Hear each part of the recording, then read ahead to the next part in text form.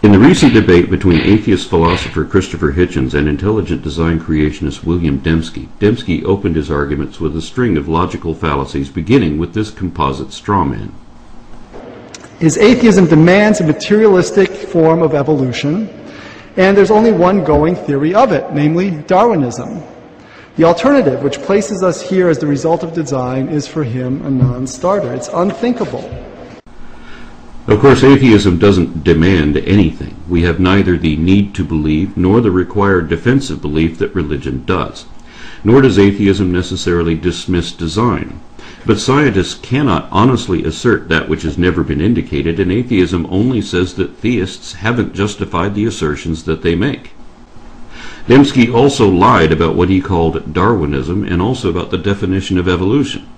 At one point he says, evolutionary ideas go back a long way. They don't take precisely the form of Darwinism, but if you are an atheist, that's really the only game in town. Matter, the natural world, has to organize itself. And if you look at the old creation myths, Enuma Elish, the Greek creation myths, Hesiod's theogony, what you find are natural forces, the cosmic egg, the waters, Tiamat and Apsu, sweet and salt waters in the Babylonian mythology, and they organize themselves, and then finally at the end you get Marduk, the prince of the gods. So you go from simplicity to complexity, and that's always the direction of evolution. This is another bald-faced lie, a whole bunch of lies rolled into one, in fact. Let me show you why. First of all, the Genesis fables go from simple to complex, yet obviously don't qualify as evolution, so Dembski's analogy is already absurd. But it gets worse than that when you read the other creation myths he mentioned, because they start out complex and actually simplify from there, opposite of what he said. It is true that anything which can be changed or revised can be improved and thus become more complex, not that increased complexity is necessary for evolution. But we know that mythologies have been retold many times over with subtle embellishments occasionally added, so these old stories have evolved in a sense, but not in the way that Dembski wants us to realize. First of all, Hesiod's theogony may be contemporary to Genesis 2, but Enuma Elish is the oldest creation myth known to archaeology and has many other myths associated with it, which are all older than the Bible, yet written by the very ancestors of the biblical authors. All these myths anthropomorphize natural events. Theogony gave human personalities to the earth and sky, while Enuma Elish declares a river to be the masculine lover of a feminine sea. Likewise, the Bible's book of Proverbs personifies wisdom as though she were a goddess. This is how most gods were created. But now let's look at what these stories actually say. In the Greek creation myth, we see that the same prophecy is shared at the birth of Zeus as with Moses and Jesus, that the child shall overrule the current lord if not killed in infancy. The men of the earth were also cursed by the God of gods for their discovery of forbidden knowledge. Whether it is the acquisition of fire or the release of evil from Pandora's box, there are parallels to Genesis 2. But theogony shows parallels with the New Testament too, because the god Prometheus is crucified to atone for the sin of man. Enuma Elish describes the creation in 6 generations of gods recorded on 7 tablets. The 6th divine generation included Marduk, who created men to complete their work so that future generations, beginning with the 7th, could rest.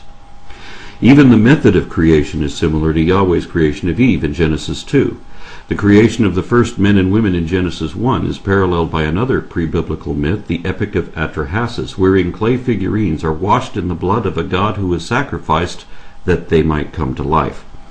All of these evidently inspired the familiar revisions which are eventually compiled into the Bible. None of them are remotely evolutionary or materialist, and all of them are quite the opposite of everything Dembski said they were. A professor of philosophy with degrees in both theology and psychology has no excuse for an error of this magnitude, especially when... My dad was a biologist. He taught evolutionary biology.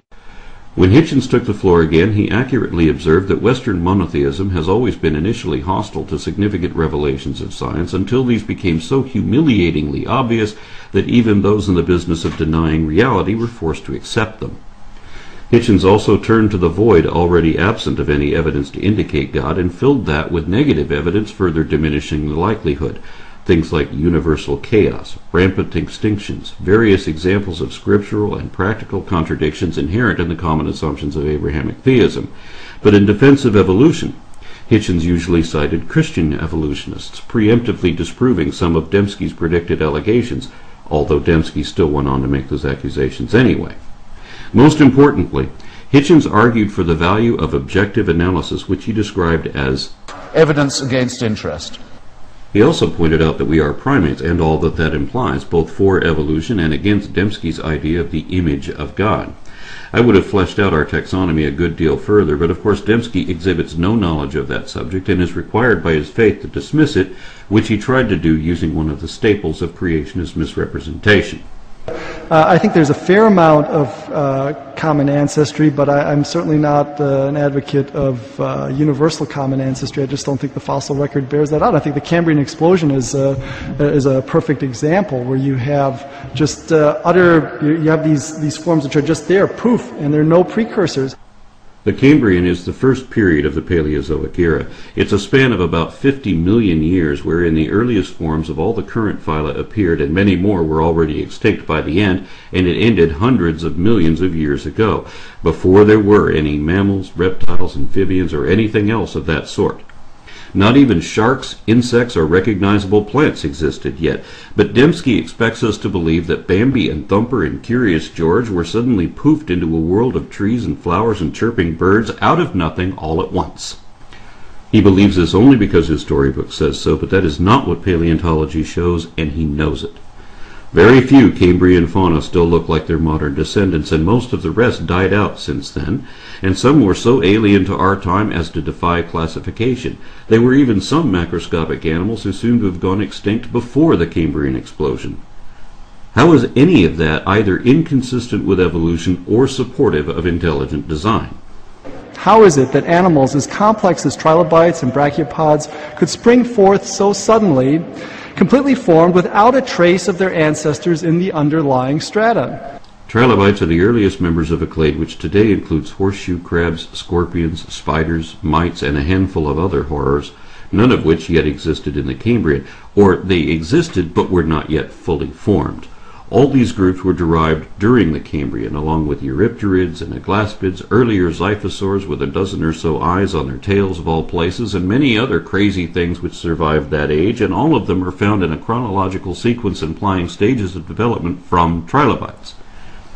Even if we forget about all these subsequent or descendant groups, the family of trilobites alone eventually grew to include roughly 15,000 species, and those are just the ones that are still recognizable as trilobites. Yet all of them were already gone millions of years before the first dinosaurs appeared. How is that inconsistent with evolution, or indicative of a divine design? And incidentally, trilobites do have Precambrian precursors in the underlying strata. It's a not quite trilobite, not fully formed. It doesn't even have eyes yet. So Dembski is definitely lying when he tries to cite the Cambrian explosion as either a challenge to evolution or indicative of design, and he can't pretend not to know better because... I was raised in a largely secular home, a biologist father who taught evolutionary biology. Ultimately, Hitchens hit Dembski with one of my favorite questions, wherein he lists some of the other facts of evolution and cosmology, which we can actually prove to be true of our position, and challenged his opponent to do the same. What is true of your view? Of course, Dembski had no way to answer this question, so he ignored it too. He quite wrongly assumed that Hitchens' rejection of God was a result of accepting evolution. As I have already shown, this is the first and foremost of the foundational falsehoods of creationism. Dembski based his entire presentation on his own rejection of evolution. He denies evidence of any type, all on the same excuse that that doesn't prove anything. Thus he ignores everything which only evolutionary science can explain, while forgetting that his religious alternative explains nothing. Note that the full positive case for God's existence can and should be fleshed out. Typically, such a case flows from critical reflection on the big questions of life. Why is there something rather than nothing? Where did we come from? Where are we going? Why should we take morality seriously? Why is the world comprehensible to our minds? Why does mathematics, presumably a human invention, have such a precise purchase on physical reality? Each of these questions can, in my view, be answered better with an atheistic than an atheistic worldview. But of course, religion doesn't answer any of these questions with any measurable degree of accuracy like only science can, and in my view, cosmology and evolution do a better job of that in each of the cases he mentioned. Dembski claimed to have ample evidence of his intelligent design alternative, but failed to list any of it. He seems to think that complaints about evolution, misunderstood and misrepresented, could somehow count as evidence of miraculous creation. He criticized Hitchens' skepticism, but gave no explanation why the audience should assume the same conclusions that Dembski does, nor could he, since he admitted in the debate that his own conversion was based on emotion rather than evidence. And without presenting any evidence at all, Dembski said that his argument had somehow already established the existence of God. But all he did was assume God, and assume that everyone else assumed the same thing, without reason, since he had none to give. Neither did he refute any of the points Hitchens actually made, either on stage or in his book, yet he claimed to have just done so while we were watching. I've watched the video again a couple more times since then, and no, he didn't. Less than halfway into his opening comments, an obviously delusional Dembski has evoked at least a half a dozen logical fallacies and lied no less than 9 times so far, but hasn't yet presented any sort of case and was already claiming victory. I know what you're all thinking. Since the evidence for evolution is so underwhelming, and since Hitchens has hitched his wagon to evolution, shouldn't he now be ready to abandon evolution and consider the existence of God? The one thing Dembski did make clear, albeit unwittingly, was that his position was based on circular arguments and assumed conclusions, left unquestioned. Because even if his critiques were all correct, they still wouldn't imply a divine designer, and whenever we do not yet know the real explanation, we cannot simply throw up our hands and say that it happened by magic. But this is what Dembski expects us to do. His argument depends on an absurd, false dichotomy, and it only deteriorated from there. Hitchens started off very slowly, but picked up steam as things progressed. I feel suddenly combative and engaged. While Dembski seemed increasingly weak, confused, even discouraged with how indefensible his seemingly unexamined belief obviously is.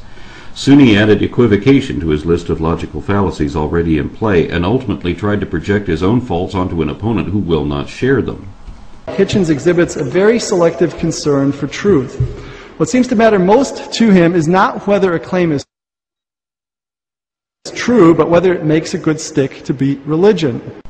Change the last word of this lie, and Dembski is describing himself.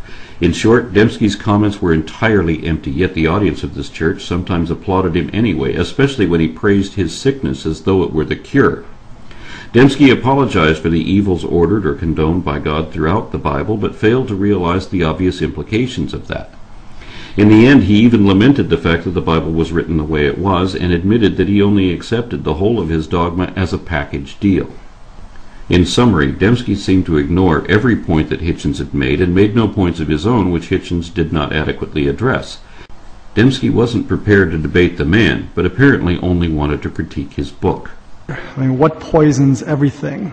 Is it religion? I would say, get a mirror and look at it. We all poison everything. That's right, Bill. And as someone with your education should know, religion is a human construct and is thus poisoned. So you're critiquing the wrong book. This one is full of poison, and is so obvious about it that it threatens anyone who realizes that with a fate worse than death. That's how we know it is dishonest, because it tells you to believe something beyond reason, without reason, and against all reason, regardless whether any of it could even be true or not. Knowing only this should be enough for you to reject religion.